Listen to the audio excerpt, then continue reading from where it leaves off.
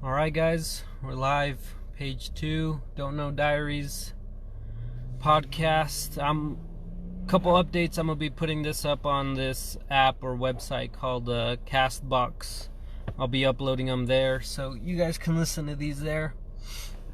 And I'll also be having a new setup completely and stuff. I'm gonna hook up my camera to the computer so these videos look nicer and stuff. But yeah, those Castbox, absolutely free. You don't have to pay or anything. All you have to do is search up Don't Know Diaries if you want to listen to me rant about stuff. But yeah, let's get started. Couple things today. I was just thinking about my son and how it kind of bothers me how people like come up to me and, oh, you had a kid, oh, you're so young.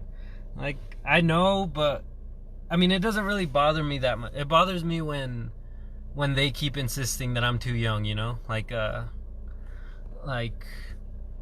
when they're like, oh, you're so young, you know, you still had a whole life ahead of you. Like, motherfucker, I still have a whole life ahead of me. Just because a kid is in my life now, that makes it all the better, honestly. And if you're out there as a parent and don't know what to do, I mean, it really gets better. Your kid is a blessing, really. My God, because I don't know if you guys know, but my son, his name is Nicholas. We call him Nico, and he's so adorable. I miss him. But yeah, that's been something that's been troubling me, you know? Like, everybody comes up to me and, oh, you're so young, and I know, motherfucker, shut up. And I don't know. I think as a parent, it doesn't really matter what age you are. You just have to be mature enough to know how to handle that situation, you know?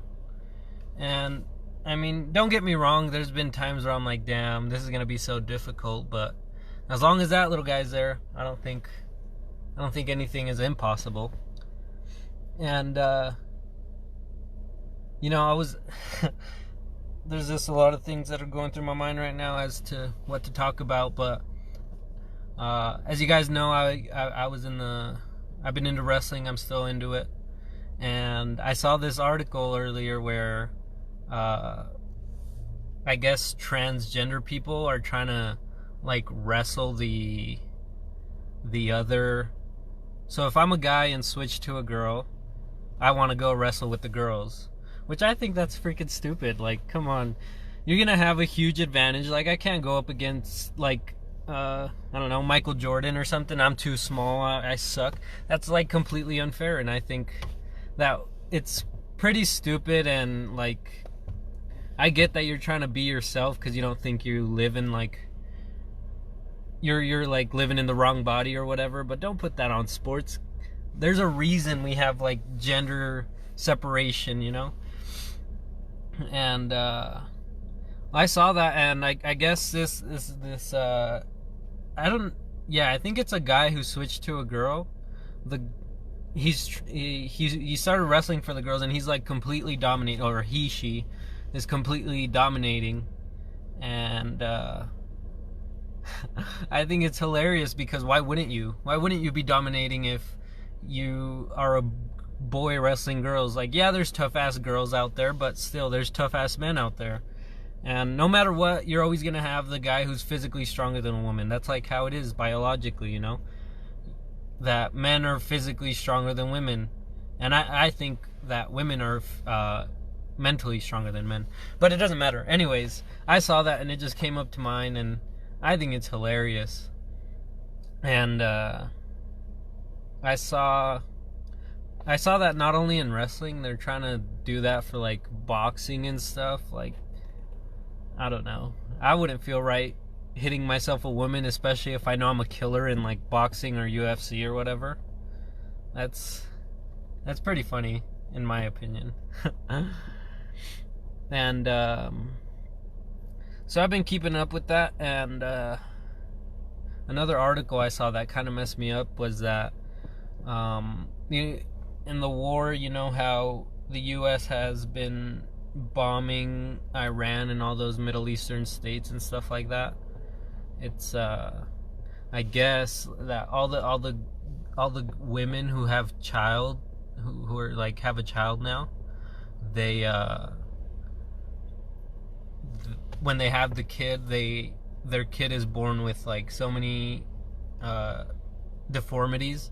And the thing I saw was like this baby, and like it had a huge head, kinda. It had no hair, big old puffy eyes, big huge purple lips. I don't think it survived really, but it had like half an arm, really, like on both arms, and it had only like 3 ribs and like half its legs, and like a big old gut. And oh my, it was pretty weird to see that. And it's fucked up because like you think like, oh, we're just killing people, but in in the long run, when you have like a whole bunch of nuclear waste and radioactive stuff, it not only feeds over to like the people, but it affects the kids too.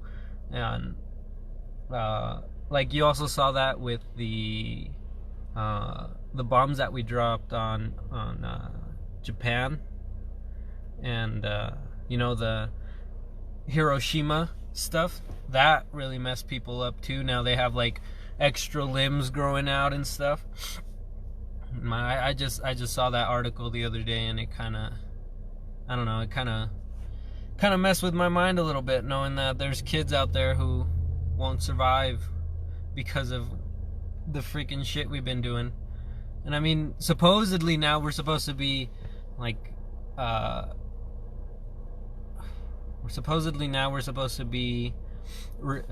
going away from like all those Middle Eastern stuff and trying to rebuild it. But I mean, that's not gonna happen, especially with the president we have now. I mean, he just wants to keep bombing stuff, and I don't want to get into that because I know everybody has different views or whatever. But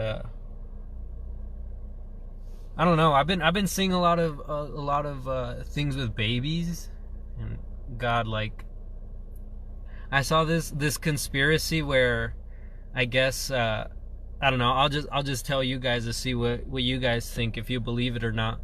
But I guess Planned Parenthood, it's taking the babies that aren't born, the ones that are on the 3rd trimester, so like 8-9 months, I don't know, 7, whatever is the last 3 months. Anyways, so it's taking them and it's resuscitating them, because you know they're basically already babies, they're just not fully like developed yet. And it's taking them and then shipping them off to like China, resuscitating them, so it's bringing them back to life by, I don't know, giving them oxygen or whatever. And when it brings them back, then it ships them off to China, and then they use their organs. And honestly, I don't know, because there's this governor from I don't remember the state, but there's this governor who friggin' says it on a radio show, and I guess he got a whole bunch of crap for it, and like they shut him down completely, like he's not a governor anymore or something like that. And he like gave those secrets away on a radio show. You could probably find it if you search it up. But I don't know. I think that's true. But there's a whole bunch of freaking conspiracies out there that they're pretty funny.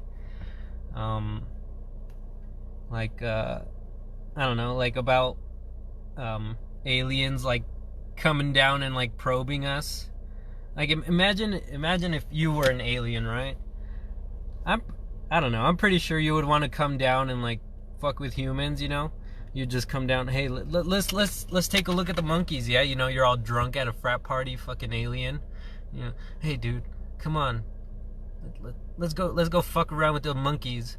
And then they come down, and then just let's snatch a few. Let's run some experiments. And I guess in like in New Jersey, that's where I guess a whole bunch of alien sightings have been, in New Jersey, and that's like alien territory.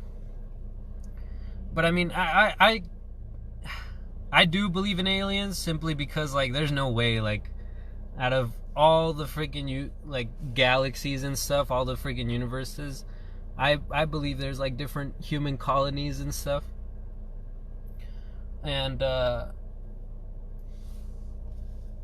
if you let's see, I know Um, Elon Musk, you know, the creator of Tesla, he believes like all that stuff. And I don't know if you know who Dan Aykroyd is. He's been in a whole bunch of like movies that were pretty old. Like he's been in Ghostbusters. He's one of the Ghostbusters, and he believes in all that stuff. And I don't know what he's up to now. I think he's making like some vodka. It's like a skull shaped.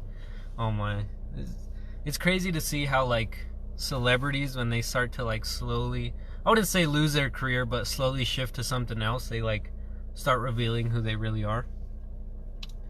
And I don't know, I there's a whole bunch of conspiracies that I've been looking at, but most of them are pretty stupid. Like, come on. And also another thing that I wanted to talk about was how sorry, it slipped my mind, but how I guess now a whole bunch of vitamin like companies, not vitamin companies, drug companies, they're starting to put if you don't get like the actual stuff, if you want to go for the cheap stuff, they kind of go for the fentanyl. And I don't know if you guys know what fentanyl is, but fentanyl is like it's like a painkiller, but it's a tranquilizer for like elephants. And I guess that's really fucking people up, especially with like illegal drugs, because I guess now it's big in heroin because it cuts down on the costs.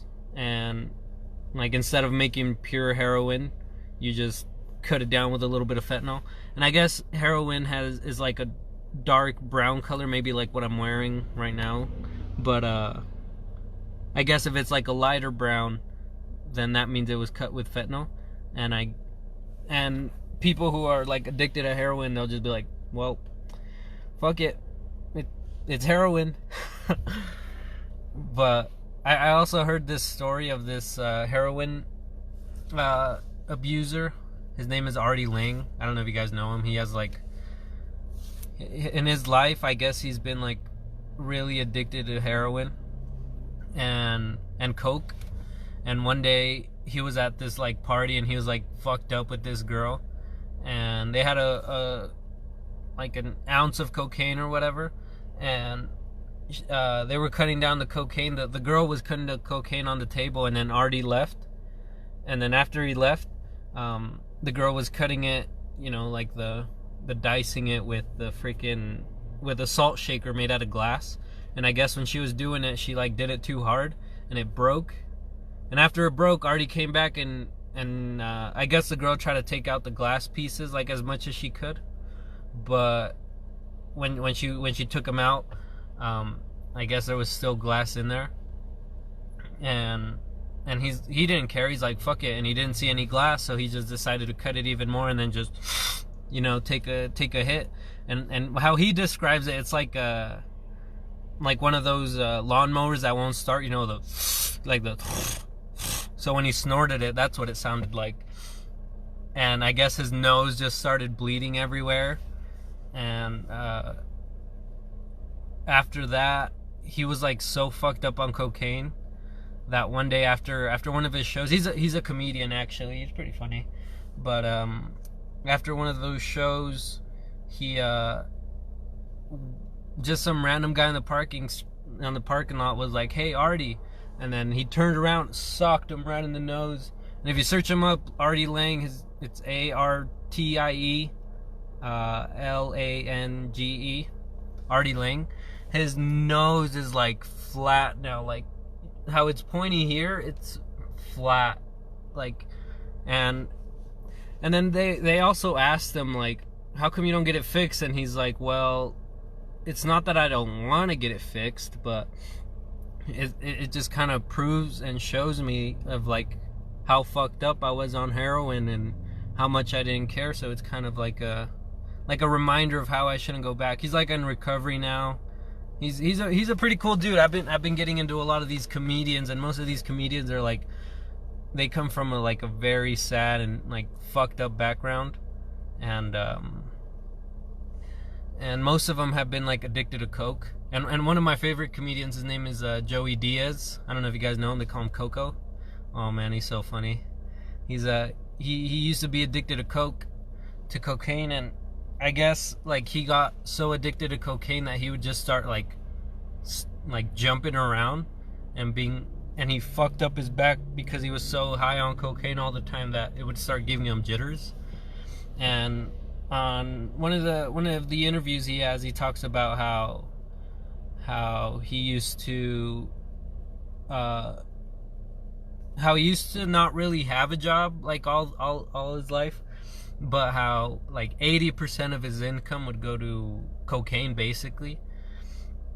And sometimes before work he would go get money from the ATM, and he would like pass all the red lights because he was like withdrawing from the cocaine. So he's like, fuck, I need to get there right now.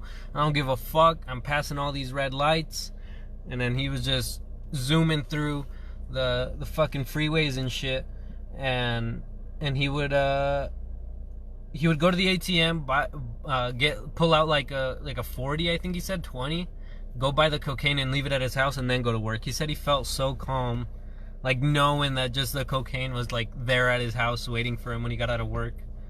And I think that's so crazy how I saw this tweet about this doctor, and then she was saying how drugs are really fun, like extremely fun. They're until they're not. And then like now that I'm looking at all these comedians, you really see it. They're like they talk about their stories, and they're like all kinds of fucked up. They talk about all this like the shit they would do.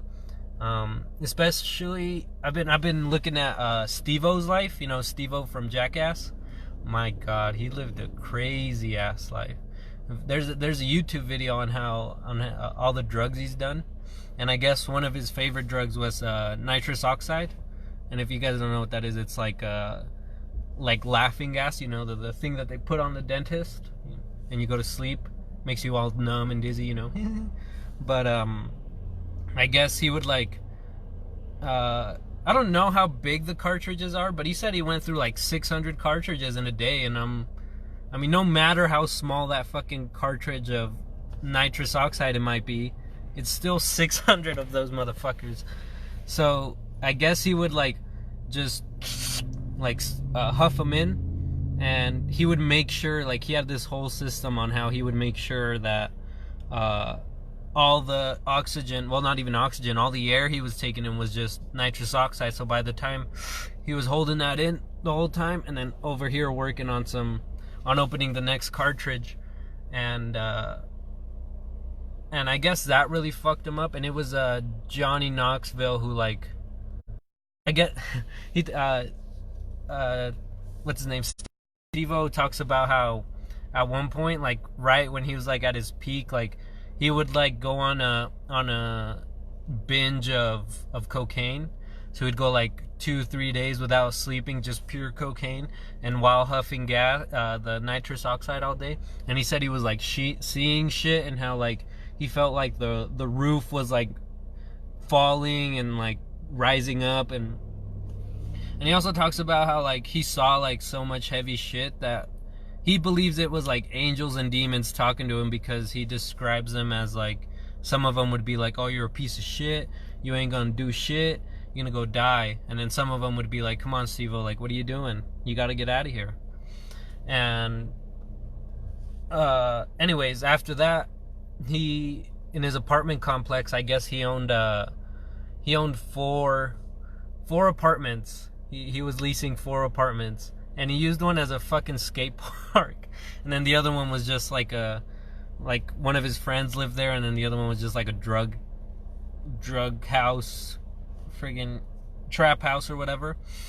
And I guess in one of those like coke binges and nitrous oxide binges, he called up Johnny Knoxville, and he's like, hey, you know what, this is what I'm gonna do. He lived like on a high floor in the apartment, so he's like, I'm gonna put up a ramp on the balcony, I'm gonna grab a skateboard, skate off the ramp, jump over to the next apartment building. And I guess they were like, I don't know, as close as apartment buildings are. So he's like, and I'm doing it, and he's like, and if I don't make it over, I'm gonna fall, and I prefer to fall in a pool of water, and I prefer it to be a jacuzzi. And if you guys don't come over here, I'm fucking doing it anyways. So he says how like how he basically set up his whole intervention, and how Johnny Knoxville was like, dude, you know what? And I guess in California you can like I don't know if they can do it here. I don't really know about the laws here on that, but I guess you can take people to a psych ward if you're a danger to yourself or others, and they could keep you there on a 2-day hold. And if you're really fucked up like he was, like he said he was like spitting on people when he got there, I guess they put him on a 2-week hold, and they just put him like deep in the basement. And I guess that's when he's like, fuck, I gotta get my shit together. And his life is pretty interesting. His life is really cool. Another guy I've been looking at is his name is David Goggins. He's not a drug addict or a comedian, but he's a fucking badass dude. Like if you guys want to search him up, David Goggins, Goggins. I just finished reading his book. Actually, it's a really good book. You guys should look into it. It's called Can't Hurt Me, and it's basically about he basically started off as somebody who got beat by their mom got beat too, and they used to own this little skate shop, this little roller skate shop, like, you know, like, what's a skate shop here? I don't know, like Fat Cats or what Hollywood Connections used to be. But I guess he would just beat the mom anytime that like something went wrong. And he talks about this story how he one day, you know how your parents always tell you like, hey, if you're gonna ride your bike, don't go on the street because there's cars there, idiot. And he's like, all right, yeah, I won't. And I guess his dad was out there sitting on the porch, and how he describes it is he like barely touched the street, barely. And when he got back, I guess the dad just said, go inside, get naked, and wait on the bed for me. And how he describes it is like, when his dad told him that, you knew you were gonna get your ass beat. And I guess he just grabbed the belt, bent him over, and started beating his ass. And he says that he took the soul from his mom because every day it was just beatings upon beatings, and basically money was more important to him than his family. And his wife, so the mom, she really wanted to leave him, but she didn't really know how. And one day he wanted to go to like some scouts or something, some like ranger stuff, and his mom saved enough money for him to get like a new outfit, a new what do you call those, not outfits, what do you call, a uniform. He got a new uniform, and he was so excited. And I guess the day before he couldn't sleep because he was so excited, and he got all dressed and stuff. He got all dressed and nice, and finally the day came, and the dad came into the room, and he's like, where the fuck are you going? And the mom's like, I'm taking him to the Ranger Scouts since you won't do it. And the dad was like, the fuck you are? And he just beat the mom, and then took David and beat the shit out of him. And I guess he like started bleeding from his head and stuff. And the mom saw that, and that was for her. And she had another son. So David Goggins had a brother, and the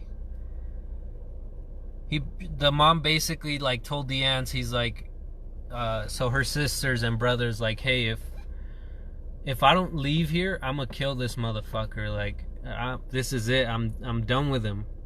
Like, he keeps beating me, keeps beating my kids, and I'm leaving if he keeps doing this shit. And the wife and the brother of the mom, so he's like, dude, you're not gonna kill him. Like, you're just gonna get in even deeper shit if you kill him. And then they're like, well, I don't really have a plan. And I guess the mom had a really good friend that helped her set up a plan of like how to leave and where to go after. And she let them like rent, like have her car and stuff. And then right when they were about to leave, the dad like stopped them and said like, where the fuck are you going? And he's like, and then the mom said, like, I'm leaving you, I don't care.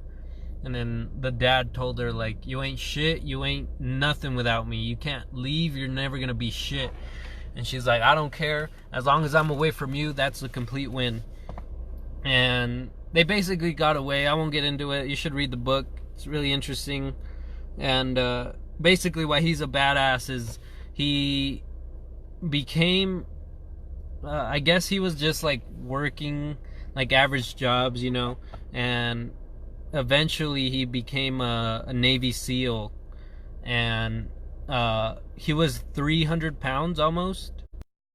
And in order to get like into the military, you have to be a certain weight, right? Because they don't want an obese motherfucker up in the army, you know, constantly panting, yelling, "Wait for me!" But I guess he had to lose those. He had to lose 160 pounds in 3 months, and his life was going nowhere. So he's like, you know what? Fuck it. That's like everything I have to do. So let's do it. And I guess during that time, he found out that like his legs were fucked up, but he didn't think much of it. And he went on. He lost the 160 pounds, and after he lost the weight, they're like, fine, you can join the SEALs.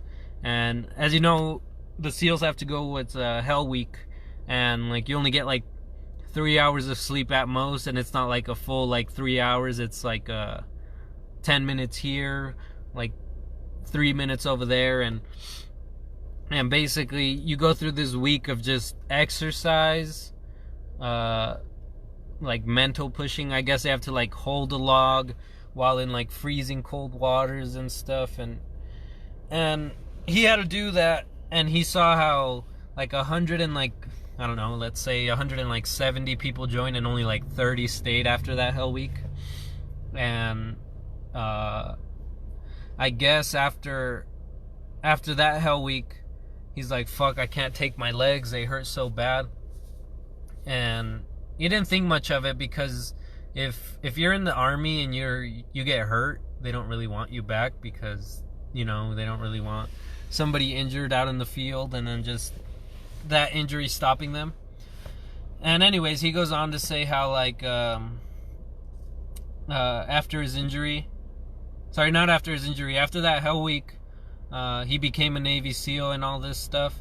And I'm really paraphrasing this. This is like so short compared to the book. The book is so good. But he got he had to leave the army or something, and so he had to go back and then do another round of Hell Week. And then that's when he found out that his legs were really broken, and he went to the doctor, and the doctor's like, fuck, like your shit's fucked up. And the doctor told him, well, like if I tell anybody, like, no, I'm good, like it doesn't even hurt. And I guess he would just like hide the pain and like when it hurt. But so he would after that, the general, or the guy who was leading them, found out that he had broken legs, and they're like, Goggins, you're gone. And then I guess throughout like the whole that second round of Hell Week, he had to like wrap his legs in like duct tape just to make sure everything like stayed together. And after that second one, he thought like, shit, the army's all I have in my life. This is like it. I can't really do much else. But what he did was he went back for the third Hell Week, and then the third Hell Week he couldn't really complete because his legs were like completely shattered. And after that, that's when he became like kind of depressed, and he's like, fuck, like I don't have shit to do. And then that's when he found out about it's called super ultra marathons, and that's like when you go and run 100 miles like deep in like some like jungles and shit, and like deserts. And all his mindset was, and what I really love in his book is what he says is that his mindset was, your motivation has to be bigger than motivation, because motivation is basically bullshit, and your motivation goes away. You can feel motivated to do one thing, and then you go motivated to do, you don't feel motivated the next day. You had a bad day, and you don't feel like doing shit. So he's like, you have to be bigger than your motivation. And that was a really good message that I got from the book. And he basically got into like super ultra marathon running. And I guess he got so fucked up like from ultra running. He never really trained to run. He was like athletic because of those like hell weeks, but he's like, well, I went through hell week. These 100 miles shouldn't be shit. But if you're running for like 100 miles, that shit will fuck you up. I don't know if you see like after marathons, like what is that one called in France, the Tour de France. That one, I don't know if you see like people like coming into the finish line all fucking like shaky and shutting down. That's because their body's physically shutting down. Their liver's not working. Their kidneys are fucked up. And basically, he had no training, and they told him like, hey, you're stupid for doing this, and he's like, fuck you, I'm gonna do it. So he goes and does a super ultra marathon, and like right when he gets to 70 miles, I guess his body like starts telling him like, dude, you're an idiot, like fucking stop running. And he ignored all like the signs, and he says in his book how if you push through the pain, it unlocks like this thing in your mind where you kind of enjoy the pain, embrace the pain, and kind of push it. He talks about how you need to callous your mind, and what he means by that is like if you were to do pull-ups every day, yeah, your hands would eventually become used to it, and then your hands would start becoming calluses.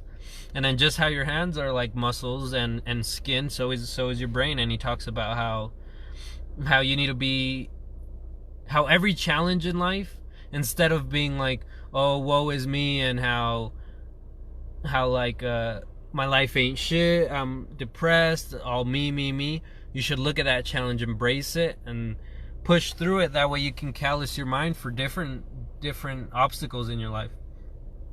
And basically when he got to mile 70, he started to feel like this warm liquid falling down from his leg. And when I read the book, he kind of drags it on a little bit, and I thought he was like, oh, he's peeing.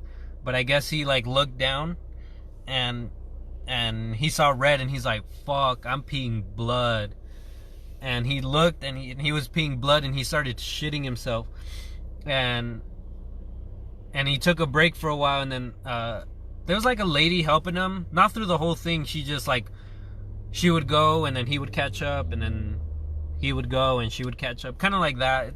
I mean, if you're running 100 miles, there's no way you can like, well, there's people out there who keep like a 4-minute pace throughout the whole thing, or like 7-minute pace. That's fucking incredible. But anyways, there was a lady there, and they're like, hey, you need to sit down. And she basically just gave him Ritz crackers to like fuel on something. And he thought to himself like, fuck, I already ran 70 miles. I feel like shit.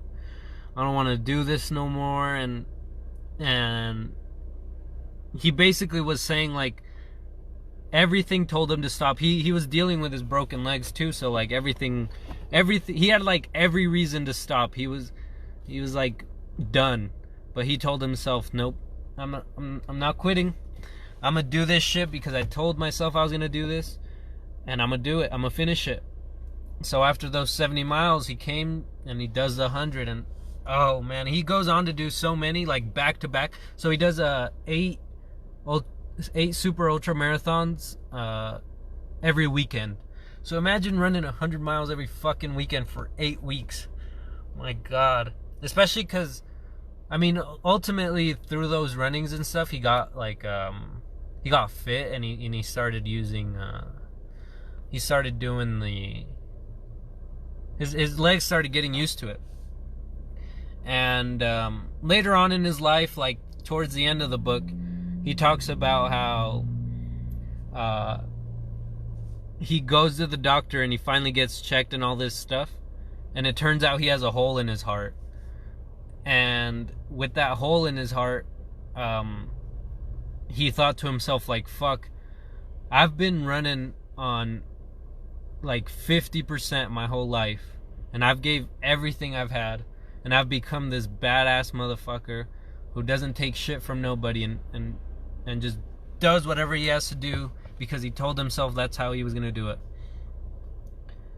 And he says that in his book, that he doesn't the message he doesn't want you to the message he doesn't want you to take away from his book is that you don't have to be like him. You don't have to go and run 100 miles, start pissing blood and taking shits everywhere while you're running. But he's saying how you need to start putting that callousing your mind into like your life, and how you have to look at every challenge as an opportunity to grow. And that was a really interesting book that I read, and I got really into it, and I don't know, it just spoke to me. And in the book, he like gives you little challenges to do every week. Like you need to start writing down like your feelings, and he talks about this accountability mirror. And basically, the mirror that you look at in the morning, or whatever mirror you're gonna look at, is a goal that you have in mind, or like it doesn't have to be a big goal like, oh, I want to lose 150 pounds in like 3 months. It could be like, I want to lose a pound this week. And you put that in your mirror, and you don't take it off till it's complete. And every day when you wake up in the morning or whatever, you go there and you look at that, and that'll help you be accountable for what you're doing. And he gives you little challenges like that throughout the book, and it's pretty interesting to see how a little boy from, I don't remember where he was from, but a little boy who got beat, and his parents got, and his mom got beat, and how he just became this crazy motherfucker who just sets out what he's trying to do. And that's the thing I think to myself sometimes, like, how can people who have nothing, who have like absolutely nothing, no money, poor as shit, shitty ass parents, sometimes they turn out to be like the greatest people that you like will ever know in the world. And the same thing goes like the other way too. Like some of those people grow up to be like the worst people, you know, the ones who go out there and kill and rape and do all this other shit. But the thing that surprised me too was like Michael Jackson. I don't know if you guys know this, but his dad, he would beat the shit out of him. Like all his life was just dancing and singing. Like, and you think like, well, he was just pretty good, but his dad beat the fuck out of him. He, like, Michael, you have to do this shit, boom, like every day. And I mean, I guess through that he did become like, he became big, he's huge, but I don't think there'll ever be like a person as big as him, really, like at that time. But anyways, it's crazy to see how different people react different to their situations, because there's people who have that mindset of like, woe is me, and I have a shitty life, and I'm not going to do anything about it, and I can't do anything about it. And there's other people who are like, I had a shitty life, and I don't want this shitty life anymore, and they completely change it around. And it's super crazy to me, because I feel like the same mentality can apply to either or. So let's say if Michael Jackson had like a different mindset, oh, my dad beats me, he ain't shit, I ain't shit, he could have like killed himself when he was like 10 or whatever, because of how bad he got the beatings. But instead he became this huge icon, and everybody loves him. And I mean, I don't know about now because of all his little kid touching and shit, and and I don't know if you guys have seen, but it's so fucking creepy. His Neverland, you know, he made like a little Disneyland and shit for all the kids. Dude, that's fucking creepy. I don't know if you guys have seen the pictures, like, of what's inside. They have like little kids statues and stuff, and then you know, the door handle to knock. There's like two little kids kissing each other, and he has like pictures everywhere of like him walking with a whole bunch of little kids. And oh man, and I don't know if you guys seen that documentary called Leaving Neverland. it, it's kind of weird, honestly. I don't know if I believe that's true or not, but it is kind of creepy to think about how, like, he was up there dancing and shit, and meanwhile, all he's thinking about is loving little kids. There's also a crazy documentary. I don't know if you guys seen it. It's pretty old. It's called what is it called? It's something in plain sight. Abducted in Plain Sight. That shit is weird, dude. It's crazy how, like, innocent little kid minds are. And if you guys don't know what it is, I don't know if it's still on Netflix. I know it used to be on Netflix. If you guys want to watch it, I'll tell you about it. So, it's about this family who moved in with some neighbors, and they were cool, you know. Everybody was just like friends, you know. They'd have cookouts together. But I guess so. It was like a family of a wife, husband, and like 2 or 3 daughters maybe, and then the neighbors was just like the husband and the wife. But it turns out the husband really liked one of the girls, one of the daughters. I think like the medium one, not the medium one, but the one in the middle. So not the oldest, not the youngest, but the one in the middle. So he really liked that one or something.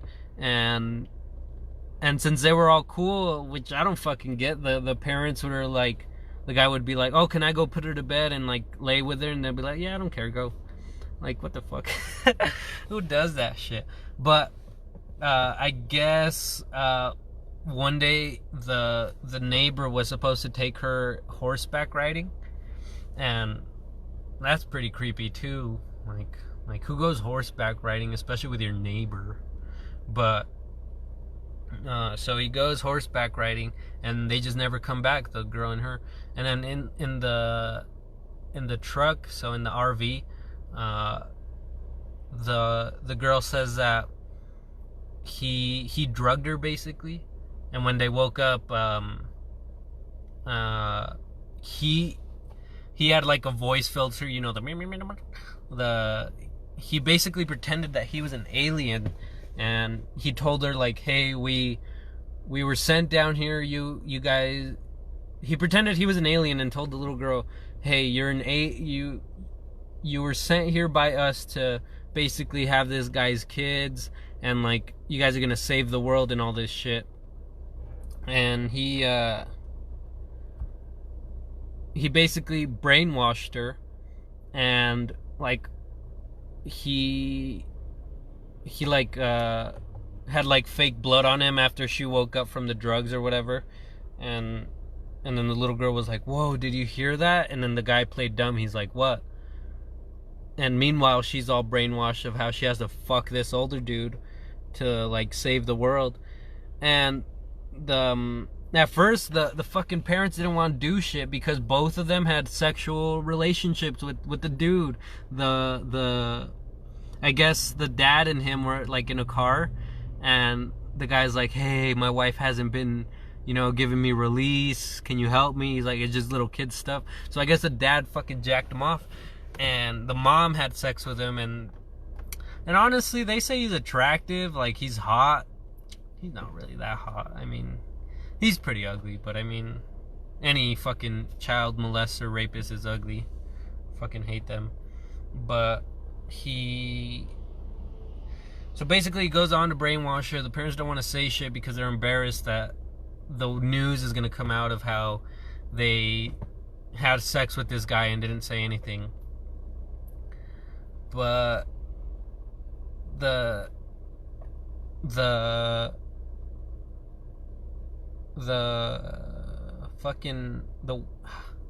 I don't know why I'm losing my train of thought here, but the wife goes on to say like, sorry, not the wife, the little girl in the documentary, she says how like she truly believed how that aliens were gonna fucking take over and shit.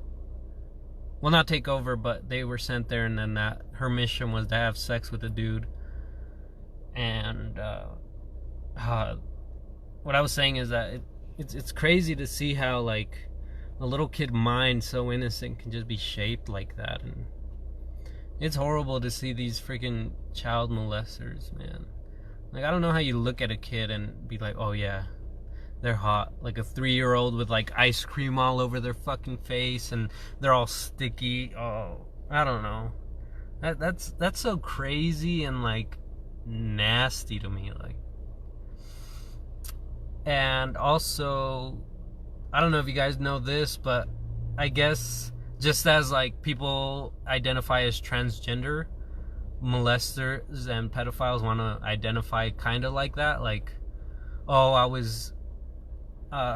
I just like little kids. Like, you should accept me for the way you are. Like, no, motherfucker. Like, you are a piece of shit who just want to take care of fucking wants to take advantage of these little kids who are fucking innocent and will do whatever you say to them. Fucking assholes. But yeah, if you guys want to check out that documentary, it's pretty fucked up. And also, I've been looking at a lot of what do you call those? Like I've been looking at a lot of interviews with like different people, and I'll talk about them like in future podcasts. But I think this is a good place to end it. And again, I will be uploading these on Castbox completely free. You don't have to sign up or any of that bullshit. But you just go on there, search up Don't Know Diaries. I'll be uploading this one, and this will probably be the last one I do on my Facebook. And all the other ones are probably going to be on my page now. So if you guys want to go follow my page, Don't Know Diaries, just search that up on Facebook. And yeah, probably the next one this one will be on Castbox, and then the future ones, I'm working on this thing where I'm gonna have this laptop, and then I'm gonna hook my camera up to it, and then so the quality of these videos will be better, and then I'll also have a microphone or some headphones with it. But now that's coming. Probably the next one will be when I start doing all that. But thanks for watching, guys. I'll be uploading this again on Castbox, absolutely free. It's also an app if you guys want to get it. Yeah, Don't Know Diaries, page 2. I'll see you next time.